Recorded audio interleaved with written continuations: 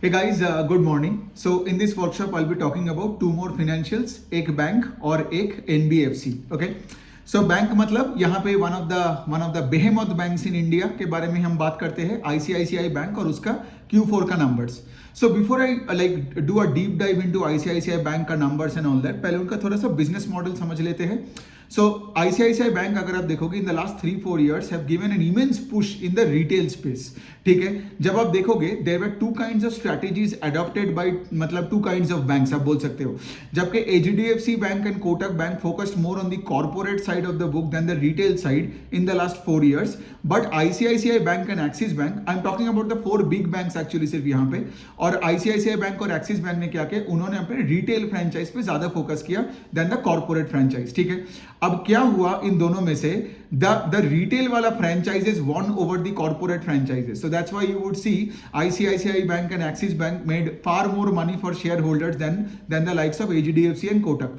सो since ICICI bank ने इतने सारे रिटेल में फोकस किया, तो ऑफकोर्स अभी आप उनको एक रिटेल बैंक भी बोल सकते हो. जैसे IDFC फर्स्ट का भी जो वीडियो बनाया वो भी आप एक रिटेल बैंक ही बोल सकते हो, बिकॉज ICICI बैंक का around 56-58% of the book is retail book, right. The remaining part of the book is SME, agri and of course the big the corporate side of the book. Okay, तो अगर आप देखोगे, अब retail में थोड़ा आते हैं. ठीक है, तो retail side of the book of ICICI bank is growing at a far higher pace than the corporate side of the book. So total जो इनका लोन बुक है that grew 16.5% YOY in Q4.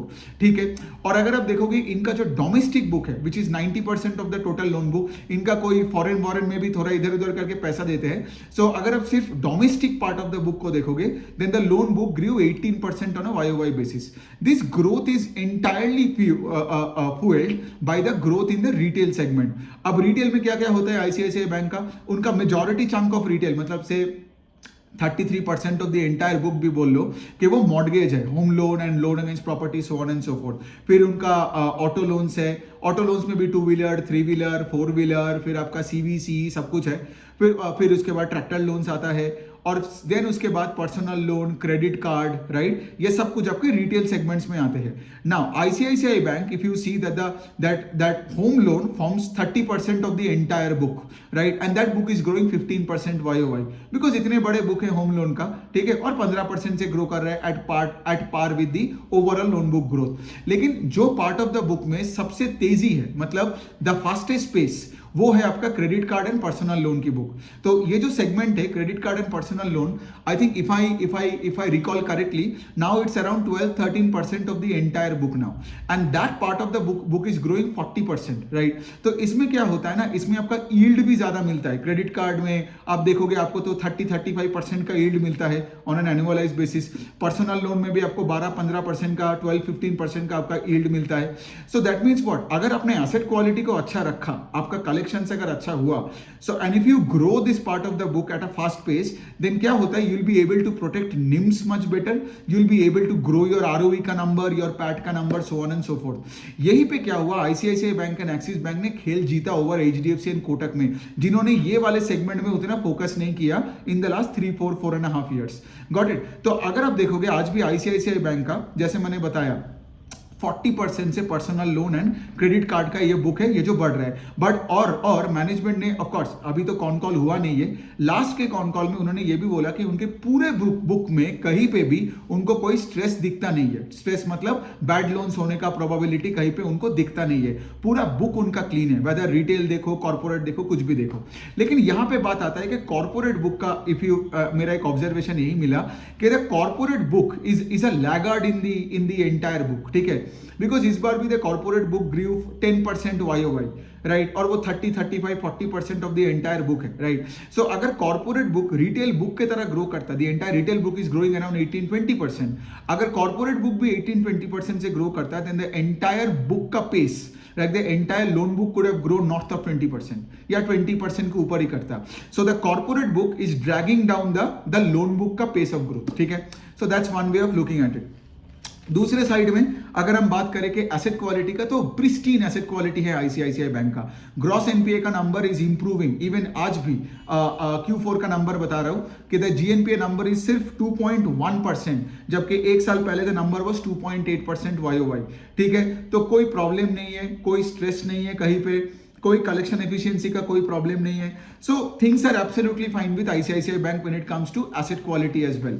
Now अगर हम थोड़ा सा बात करते हैं इनका डिपॉजिट पे. So now think about this, right. Banking में तो कोई ऐसा नहीं होता है ना कि लाइक मतलब डिपॉजिट का ग्रोथ नहीं है और आपका क्रेडिट ग्रोथ कहां से आएगा फिर, right. So every credit growth in a bank is fueled by deposit growth. So इनका भी अगर आप देखोगे 18% का डिपॉजिट का ग्रोथ हुआ इन आईसीआईसीआई बैंक, विच फुएल्ड द 18% के आसपास का ग्रोथ इन क्रेडिट ग्रोथ.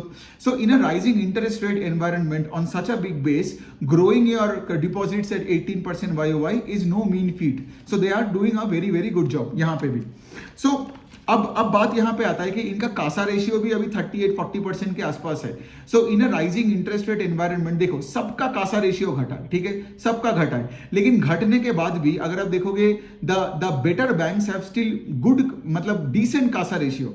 सो जैसे आप देखोगे स्मॉल फाइनेंस बैंक्स और छोटे छोटे रीजनल बैंक्स का कासा रेशियो 20s के लेवल में आ गया, 20% 20 और 30% के बीच में, ठीक है. मतलब क्या, इनका cost of borrowing is literally shooting up. लेकिन ICICI bank, IDFC first bank, even HDFC bank, इनका आप कासा रेशियो देखोगे 35, 40, 45, 50% के आसपास के है. मतलब क्या है, ये जो राइजिंग इंटरेस्ट रेट एनवायरनमेंट में if your CASA percentage is high, that means you have more control over your NIMs, right. Even though your borrowing cost goes up, but since आपके साथ आपके करंट अकाउंट और savings account holders पड़े हैं इतने सारे, तो मतलब क्या, आप देखिए कासा का पैसा तो फ्री का ही पैसा होता है ऑलमोस्ट, है ना. So as a result of which आप देखोगे आईसीआईसीआई बैंक का निम इज स्टिल अराउंड 4.5% के आसपास, जबकि ऑफकोर्स वो 4.9% के आसपास गया था लास्ट ईयर, अभी 4.5% हो गया था, which is a very good number. Because if you look at ICICI bank का journey in the last 3-4 years, इनका आरओई का नंबर भी डबल हुआ. इनका निम्स आई थिंक 3.3-3.4% था, वो बढ़ के 5% हुआ. और ये क्यों हुआ? Because they focus more on the retail side, mortgage, auto loans, personal loan, credit card. इससे क्या हुआ, and since they could lend out to retail segment, high yielding retail segment, और asset quality और collections को ठीक रख पाया, तो इनका सारे profitability metrics बढ़ गया. Got it? And that's why you see ICICI bank का स्टॉक ने इतना रिटर्न दिया, जबकि यही वाला खेल एचडीएफसी बैंक और कोटक बैंक नहीं कर पाया, क्योंकि उन्होंने कॉर्पोरेट में गया, और कॉर्पोरेट में क्या हुआ, आपका उतना यील्ड मिला नहीं, और एचडीएफसी बैंक का तो मर्जर के बाद निम्स और घट गया, ठीक है, और कोटक बैंक का तो पेस ऑफ लोन बुक भी घट गया. So the point that I am trying to say इसके लाइक आज आईसीआईसीआई बैंक और एक्सिस बैंक सेम एक सिमिलर मॉडल में फोकस किया, रिटेल में फोकस किया, और पूरा खेल जीत गया. सो सब कुछ तो ठीक है. अब और मैं देखता हूं और कोई पॉइंट्स मिस हुआ है कि नहीं. हाँ, एक पॉइंट है, ऑफ कोर्स यहाँ पे आप देख रहे हो कि सारे फिनेंशियल्स का प्रॉफिटेबिलिटी का थोड़ा कंप्रेशन हुआ है ओवर द प्रीवियस, जैसे मैंने बताया. इवन आईसीआईसीआई बैंक का भी 4.9% से 4.4% में नीम आ गया, राइट. इनका ऑपरेटिंग प्रॉफिट का growth in FY24 over 23 is only 10%. अब ऑफ कोर्स देखिए ना, अगर आपका रेपो रेट 2.5% बढ़ जाता है सडनली, तो आपका तो बोरोइंग कॉस्ट थोड़ा बहुत बढ़ेगा ही. तो इनका भी थोड़ा हुआ, इनका ऑपरेटिंग प्रॉफिट और पीपीओपी जो आप बोलते हो, राइट, ये operating profit is profits before provisions, right, and before taxes, so that grew only 10%. But since इनका asset quality have been improving consistently, इनको अभी उतना प्रोविजन नहीं करना पड़ रहा है जितना वो पहले करता था, correct. And provision is an expense on the income statement. So the less and less of provisions you do, the better and better will be your EPS and PAT का growth. So as a result of which, since इनका operating profit का growth is 10%, but यहाँ पे since provisions और कम किया, so your profit before tax and profit after tax grew around 17%. So that's a good sign, right, because your book grew 17-18% से, और उसके साथ साथ आपका PAT also is growing at that same pace, right. And of course अगर आप देखे होंगे, अगर आपने एचडीएफसी बैंक का रिजल्ट देखा, एक्सिस का रिजल्ट देखा, आई थिंक मुझे आईसीआईसीआई बैंक का रिजल्ट एचडीएफसी से तो बहुत ही बेटर लगा, इवन मुझे एक्सिस से भी बेटर लगा in terms of loan book का ग्रोथ, डिपॉजिट का growth, and of course profitability metrics as well. So ये बनता है बात. और तो अभी तो चलो, अभी तो मैनेजमेंट का कॉन कॉल सुनना है इन सबका, और फिर उसके बाद तो मैं फिर से आपको अपडेटेड वीडियोस बना के देता रहूंगा. सो ये हो गई आईसीआईसीआई बैंक. अभी हम दूसरा जो फाइनेंशियल का बात करते हैं, वो ऑलमोस्ट एक ब्रांड न्यू एक एनबीएफसी कंपनी है, ठीक है. सो उसका नाम है एसबीएफसी फाइनेंस, जो 2018 से चालू हुआ था, ठीक है. 6 year old एनबीएफसी है जो सिक्योर्ड एमएसएमई लेंडिंग करता है. Now I really like this business model, I tell you why, ठीक है. बिकॉज ये बिजनेस मॉडल, अब देखोगे ये बिजनेस जब से चालू हुआ उसके बाद कोविड आ गया, वॉर हो गया, फिर हाइपर इन्फ्लेशनरी एनवायरनमेंट में रहा, but this business has done very very well even though it's a new business and they continue to do good. Even इनका Q4 का नंबर्स जो कल आया that is very very impressive. ठीक है, probably financials में आई कैन से कि like the most impressive numbers, ठीक है, comes from SBFC finance. Albeit I know कि इतना हाई पेस ऑफ ग्रोथ आ रहा है बिकॉज उनका बेस बहुत छोटा है, I understand that, but still इनका सारे पैरामीटर्स बहुत ही अच्छे आ रहा है. ठीक है, चलिए थोड़ा बात करते हैं बिजनेस मॉडल में. तो इनका 85% ऑफ द लोन बुक इनका कहां से आता है? सिक्योर्ड MSME में, और 15% ऑफ द लोन बुक है जो आता है आपका गोल्ड लेंडिंग से. ठीक है, नाउ टोटल लोन बुक का साइज कितना है? अराउंड 7,000 करोड़. ठीक है, now you understand right, 7,000 crore means it's a very very small NBFC company. Now ये लोग जो सिक्योर्ड MSME में जो लेंड करते हैं, इनका एक फंडा है. ठीक है, तो they don't target those big MSME companies जिनको बैंक्स टारगेट करते हैं. एंड SBFC अंडरस्टैंड्स अगर हम बड़े NBA मतलब बड़े SMEs और MSMEs को टारगेट करेंगे तो वहां पे उनको उतना यील्ड नहीं मिलेगा. ठीक है, उतना रिटर्न उनको नहीं मिलेगा. And since they are an NBFC, so they understand इनका कॉस्ट ऑफ बोरोइंग तो हाई होगा, and if they target the big companies, big MSMEs, तो यील्ड भी नहीं मिलेगा. सो इनका तो शायद कभी मार्जिन ही ढंग का ना मिले. Got it? तो इन्होंने क्या किया, ये वो MSMEs को टारगेट करते हैं, और मतलब जो मिड लेवल कैटेगरी के होते हैं, और इनको टिकट साइज देते हैं बिटवीन 5 lakhs एंड 30 lakhs के बीच में. ठीक है, and SBFC also thinks that this mid level category MSME का जो पूरा स्पेस है, the space can double in 3 years. Got it? जबकि जो बड़े बड़े MSME कंपनीज है, SME कंपनीज है, they will double in 5 years. Got it? But the space that they cater to will double in 3 years. The MSME category. और ticket size हमेशा याद रखना 5 to 30 lakhs के बीच में इनका टिकट साइज होता है to the individual SMEs and the MSMEs. ठीक है, तो यही है इनका बिजनेस मॉडल. अब इस कंपनी के सारे चीजें, जैसे मैनेजमेंट जब से IPO आया है तब से लेके यही गाइडेंस दिया है कि we will grow 5 to 7% our loan book को ग्रो करेंगे एवरी क्वार्टर ऑन क्वार्टर. तो 5 to 7% अगर आप क्वार्टर ऑन क्वार्टर देखते हो तो एनुअलाइज लेवल पे बिटवीन 25 एंड 30% के बीच में a growth rate is expected. So but then having said that, SBFC finance have been growing at a much faster pace than the guided number. जैसे इस quarter में भी Q4 over Q3 में the AUM grew 9%. Okay, that is higher than 5 and 7%. And the overall, अगर मैं पूरे साल का बताऊं, the AUM grew around 38 to 40% के आसपास, right? And 40% is higher than 25-28% जो उनका गाइडेंस था on an annualized basis. ठीक है, तो ये तो हो गया, मतलब लोन बुक का जो आपने गाइड किया उससे, मतलब आप you are under promising and you are over delivering, which is amazing. Second thing जो ये है कि उनका जो asset quality, they are only improving, सिर्फ इंप्रूव ही हो रहा है उनका एसेट क्वालिटी, एंड बहुत ही स्टेबल है. मतलब आज अगर आप देखोगे इनका ग्रॉस NPA नंबर सिर्फ 2.4% है. एक साल पहले वो अराउंड 3% या 2.9% के आसपास होगा. Quarter on quarter I think 2.3 से 2.4 हुआ है, थोड़ा सा 10 बेसिस पॉइंट बढ़ा है, but I think that's very much stable. अब मतलब 5-10% का ऊपर नीचे पे हमें उतना हल्ला भी नहीं करना है. ठीक है, तो ये हो गई पॉइंट.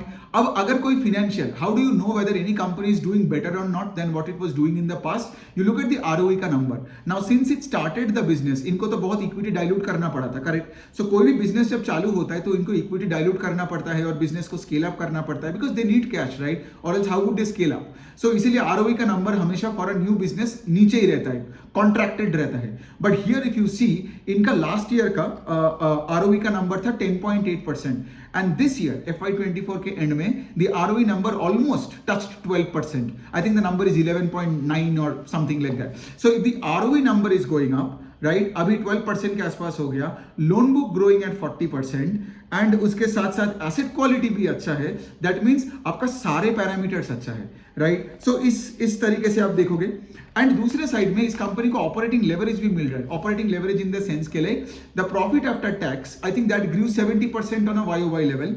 ठीक है, जबकि the loan book grew 40% on a YOY level. Generally दूसरे फाइनेंशियल्स में हम क्या देख रहे हैं कि लोन बुक आर ग्रोइंग 20, 25, 30% जैसा भी हो, जबकि प्रॉफिट आफ्टर टैक्स का ग्रोथ नहीं आ रहा है, और आ भी रहा है तो देन द पैट का growth is far lower than the pace at which you're lending. ठीक है, I mean you're trying to grow your loan book. Okay, तो यहाँ पे ऑपरेटिंग लेवरेज भी मिलता है.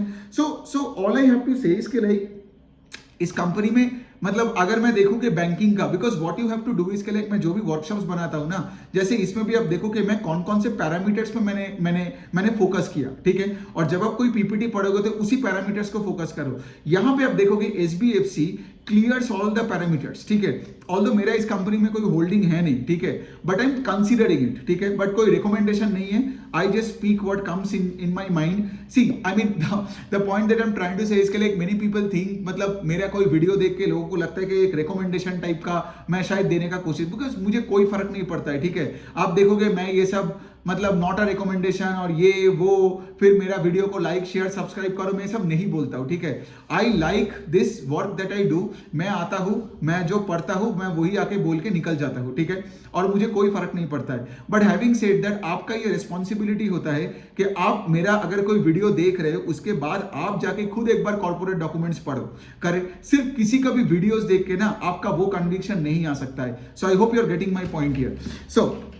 तो यही है एसबीएफसी फाइनेंस, दोनों का रिजल्ट ही मुझे बहुत अच्छा लगा, ICICI bank and SBFC finance. अब तो ऑफ कोर्स अभी तो कॉन कॉल्स चालू हो जाएगा, अगले वीक से बहुत सारे कॉल्स है, कुछ लाइव अटेंड करूंगा, लेकिन ऑफ कोर्स कितना लाइव अटेंड करूं कॉल्स, राइट। सो मैं क्या करता हूं, जनरली अपने पोर्टफोलियो कंपनीज का कॉन कॉल्स में लाइव अटेंड करता हूं, और जो मेरे वॉच लिस्ट में मतलब जो बहुत अच्छा रिजल्ट कर रहे हैं उनका भी लाइव अटेंड करता हूं। बाकी जो मेरे कंपनीज है उसका मैं ट्रांसक्रिप्ट पढ़ लेता हूं। तो ऑफकोर्स मैं जिस तरह से अपने कॉन कॉल्स को पढ़ता रहूंगा या सुनता रहूंगा, मैं उसका भी ट्रांसक्रिप्ट बना के पोस्ट भी लिखूंगा और उस कंपनीज का फिर से वीडियोस भी बनाऊंगा, जैसे एसबीएफसी, आईसीआईसीआई, आईडीएफसी, इन सब का मैं कॉन कॉल्स का समरी लेके भी मैं वीडियोस बनाऊंगा। So that's the whole thing here. कोई अगर आपको क्वेश्चन है तो प्लीज लेट मी नो।